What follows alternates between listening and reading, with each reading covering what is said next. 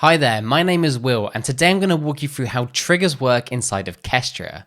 Now, a trigger allows you to automate the execution of your workflow, whether that's a simple schedule like in the example I have here, or through some event-based condition. In the example I have here, I have an expression set up to run on a cron expression, and as you can see if I go to the triggers tab, I can see that the next execution is going to be at 10 AM tomorrow. I can also use a flow trigger here to trigger the execution of this workflow whenever this other workflow called first flow is executed. So this is really useful if you want to set a number of workflows to trigger in a chain. For example, this can be really useful if you have an error handling workflow that sends an alert message anytime a flow fails. You can have a flow trigger set up to keep an eye on any flows that fail. Hopefully you found this useful. In the next episode, we're going to be looking at conditional logic called flowable tasks and how you can use those to decide what happens inside of your workflow.